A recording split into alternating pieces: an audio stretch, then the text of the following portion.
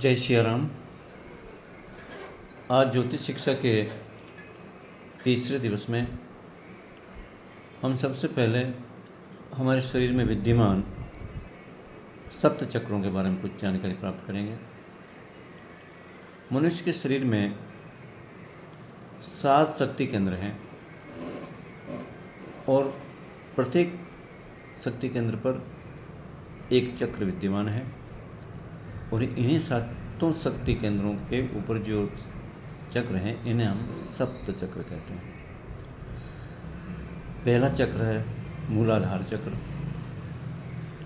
दूसरा चक्र स्वाधिष्ठान चक्र, तीसरा मणिपुर चक्र, चौथा अनहद चक्र, पांचवा विशुद्ध चक्र, छठा है आज्ञा चक्र और सातवां है सहस्त्रार चक्र। इन 7 चक्रों को 7 विहार्थियों द्वारा संबोधित किया जाता है। सप्त विहार्थियों का उद्घोष करते समय पहले ओम का उच्चारण करना होता है।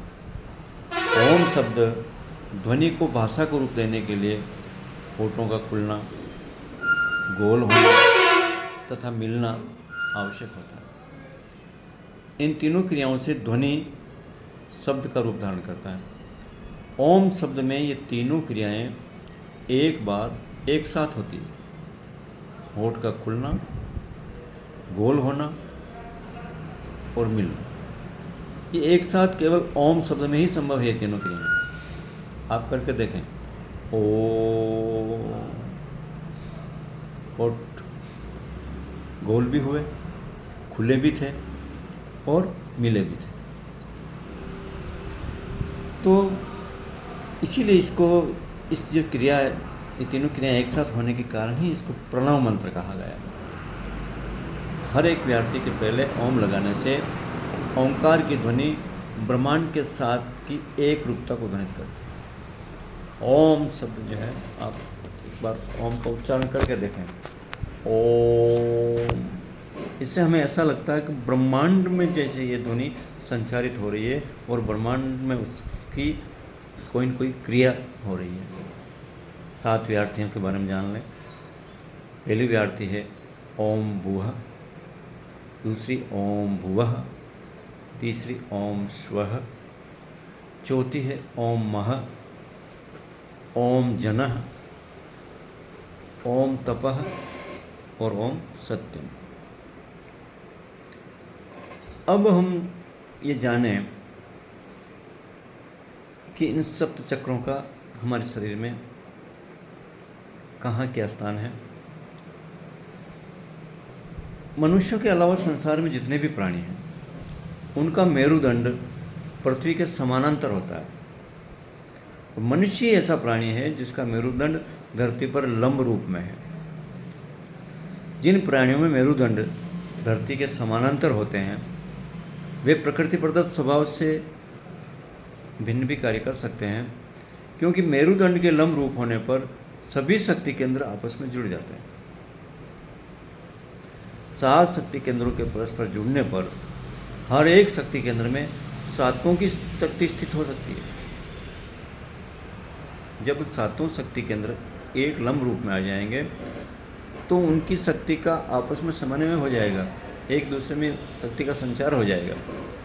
इसीलिए मनुष्य अपने मूल स्वभाव से भिन्न कर्म करने की अनंत शक्ति प्राप्त कर सकता है। केवल संसार में मनुष्य ही एक ऐसा जीव है जो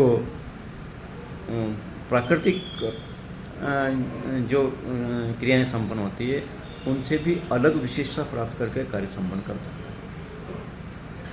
इस विज्ञान को प्राचीन ऋषियों ने अच्छी तरह से समझा है और उनकी समझ से ही हमें योग साधना का ज्ञान प्राप्त हुआ है।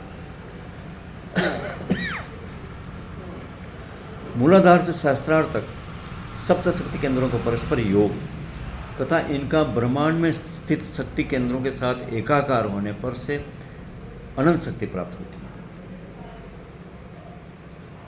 हमारे शरीर में जो विद्यमान 7 शक्ति केंद्र हैं और ब्रह्मांड में जो 7 शक्ति केंद्र हैं, इन दोनों का अगर एक का कार्य हो जाए तो उनसे मिलकर जो शक्ति प्राप्त होती है वो अनंत शक्ति होती है। अनंत शक्ति प्राप्त करके चैतन्यता के साथ एक रूपता के साक्षात्कार का अनुभव करने की इस प्रक्रिया का नाम ही कुंडलिनी जागरण है। एक बार इस बात को फिर समझिए।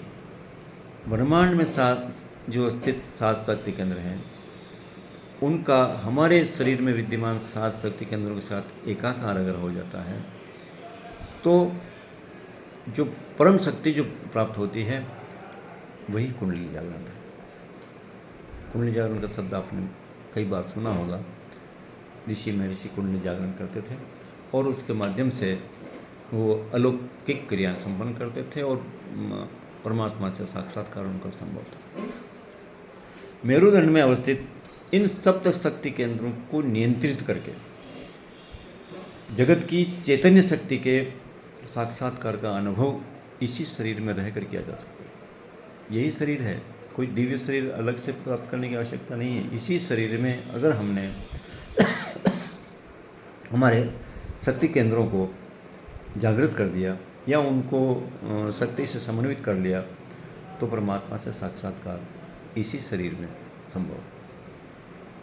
इसके लिए मानव पिंड के मेरुदंड में अवस्थित सप्त चक्रों के नियंत्रण तथा ब्रह्मांड में स्थित सप्त शक्ति केंद्रों के साथ की एक रूपता की अनुभूति के लिए अभ्यास आवश्यक है। ये एक दिन में या एक मिनट में या एक समय विशेष में ये प्राप्त करना संभव नहीं है। इसके लिए आपको सतत साधना की आवश्यकता होगी। प्रारंभ में यह अभ्यास स्थूल क्रियाओं के द्वारा होगा। जो हमारे शरीर में दिखती हुई स्पष्ट क्रियाएं हैं उन पर हमारा नियंत्रण आवश्यक होगा। कालांतर में यह भाव रूप होता जाएगा। जैसे जैसे हम आगे बढ़ेंगे उसमें भावना प्रदान होती जाएगी। अभ्यास की परिपूर्णता आते आते भाव रूप भी तद्रूप होकर सो अहम के साक्षात्कार की अनुभूति कराएगा। एक बात अच्छी तरह समझने की यह है कि साक्षात्कार हेतु होने वाली ये समस्त क्रियाएं भौतिक हैं। ये क्रियाएं आध्यात्मिकता तक हमें पहुंचाएगी ही, ये कोई आवश्यक नहीं है, क्योंकि ये हमारी शक्ति हम किस रूप में प्राप्त कर सकते हैं उसके आधार पर निर्भर है। क्योंकि भौतिक अभ्यास तभी भावरूप होगा जब इस अभ्यास के साथ परम शक्ति की आस्था जुड़ जाएगी। हम जिस शक्ति को प्राप्त करना चाह रहे हैं उस शक्ति के प्रति हमारी आस्था होना आवश्यक है। आस्था के बिना शक्ति प्राप्त होना संदिग्ध है। भाव रूप एकात्मकता की स्थिति प्राप्त होने पर आध्यात्मिक भाव का उदय होता है। इस भाव का शब्दों में वर्णन नहीं हो सकता। ये भाव हमारे योगी जन प्राप्त करते थे तो वो कुछ सहज कार्य नहीं था। उसके लिए सतत लगे रहना पड़ता है और सतत अभ्यास की आवश्यकता होती है। इस भाव शब्द का अनुभव की खोज है इसमें। अब आपका अनुभव आवश्यक है इसमें, जो प्रचंड कार्य करते हुए भी अकर्ता की भूमिका बनाता है। हम कितना भी कार्य करते हैं लेकिन उसमें हम अपनी भूमिका अकर्ता के रूप में मानेंगे। हम कुछ करने वाले नहीं, करने वाला सब परम सत्ता अलग ही है। प्रचंड कर्म करते हुए अकर्ता की भूमिका हेतु अभ्यास करना होता है। बिना अभ्यास के यह भी संभव नहीं है। इसके लिए परम शक्ति में श्रद्धा चाहिए तथा चित्त को सांसारिक घटनाओं से अप्रभावित रखने का अभ्यास करना चाहिए। संसार में जो घटनाएं घट रही हैं, सांसारिक घटनाओं से हमें अलिप्त रहते हुए अगर हम अभ्यास करेंगे तो भाव प्रदान होंगे और भाव और आस्था जुड़कर हमें आगे की सफलता दिलाएगी। जो घटनाएं हो चुकी है या भविष्य में होने वाली है उनका वर्णन करते रहने से या चित्त में बार बार उन घटनाओं को याद करते रहने से संसार में मोह पैदा हो जाता है और हम फिर संसार में ही अटके रहेंगे। इससे अकर्तापन की जो भूमिका बननी चाहिए हमारे शरीर में वो खंडित हो जाती है। मानव शरीर में मेरुदंड लंब रूप में होने से अवस्थित जितने भी सप्त चक्र हैं वो ईड़ा, पिंगला और सुषुम्ना, इनके माध्यम से आपस में जुड़े रहते हैं। ये 3 नाड़ियाँ हैं हमारे शरीर में ईड़ा, पिंगला और सुषुम्ना, इनके माध्यम से सातों जो हमारे केंद्र हैं वो एक दूसरे से जुड़े रहते हैं। इससे हर चक्र की शक्ति बढ़ जाती है और इस शक्ति का विस्फोट करने के लिए हर एक चक्र के क्षेत्र, उसकी व्याहृति, उसकी गति, उसकी लय और उसका वर्ण, इनका ज्ञान होना हमें आवश्यक है।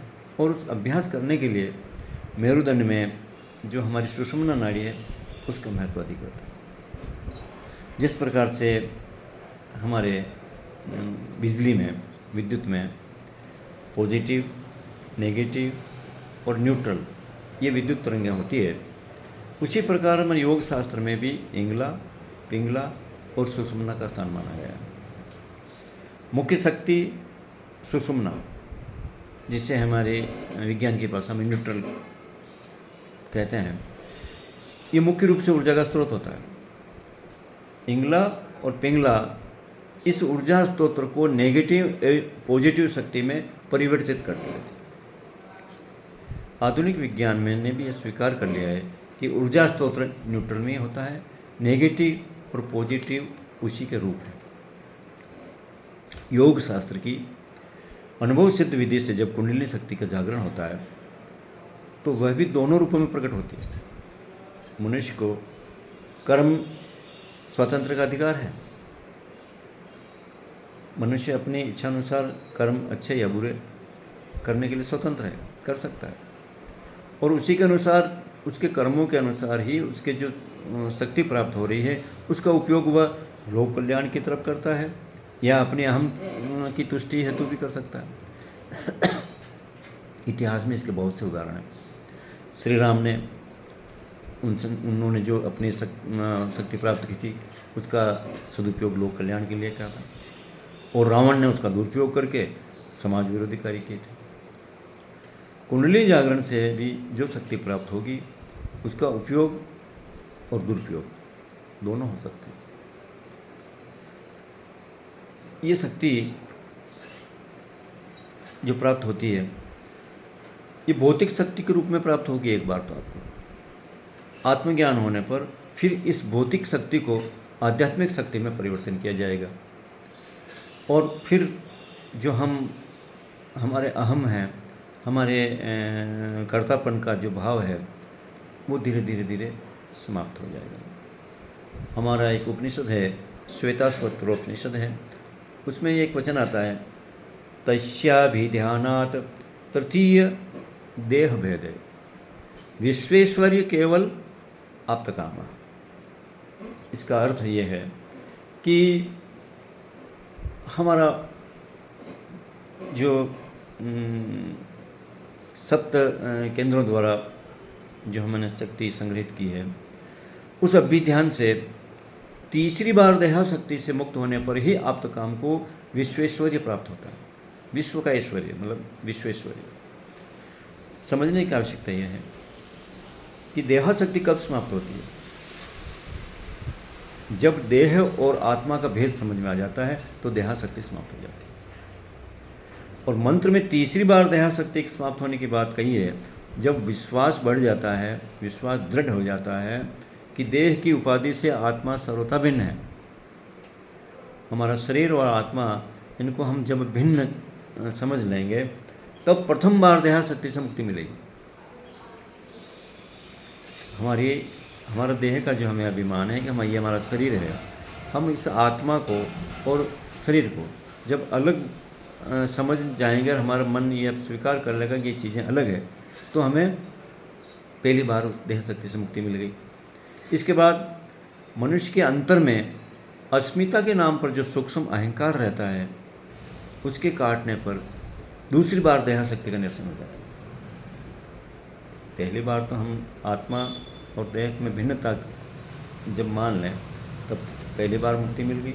दूसरी बार मुक्ति हमारी जो अहम है उससे हमें दूर रहने पर दूसरी बार मुक्ति मिल गई। तीसरी बार देहा शक्ति का निरसन तब होता है जब भौतिक सुखों पर स्थूल सत्ता कायम करने की अविद्या का नाश हो जाता है।